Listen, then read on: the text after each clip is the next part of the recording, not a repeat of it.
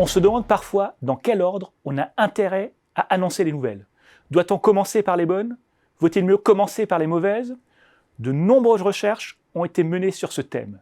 Leurs résultats sont aussi intéressants que contre-intuitifs. Le premier enseignement est que les gens n'ont pas les mêmes préférences selon qu'ils annoncent ou qu'ils apprennent les nouvelles.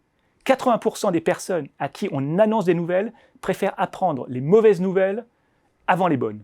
En revanche, plus de la moitié des gens qui annoncent les nouvelles préfèrent commencer par les bonnes plutôt que par les mauvaises. Ces résultats ne sont pas très surprenants. D'un côté, les gens à qui on annonce les nouvelles préfèrent terminer par une note positive plutôt que par une note négative. D'un autre côté, annoncer de mauvaises nouvelles génère du stress et de l'inconfort. Les gens qui annoncent les nouvelles préfèrent donc commencer par les bonnes plutôt que par les mauvaises. Mais les chercheurs ne se sont pas arrêtés là. Ils se sont également intéressés aux conséquences de l'ordre dans lequel on annonce les nouvelles. Ils ont alors observé un paradoxe. Si les gens préfèrent recevoir les bonnes nouvelles après les mauvaises, ils sont plus susceptibles d'en tenir compte lorsqu'on les annonce dans l'ordre inverse.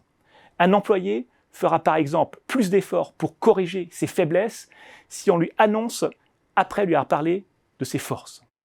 En résumé, les gens ont tendance à annoncer les bonnes nouvelles avant les mauvaises parce que c'est plus facile pour eux. Paradoxalement, ce comportement égoïste bénéficie à ceux à qui ils annoncent les nouvelles. C'est notamment le cas lorsque les mauvaises nouvelles sont source de progrès.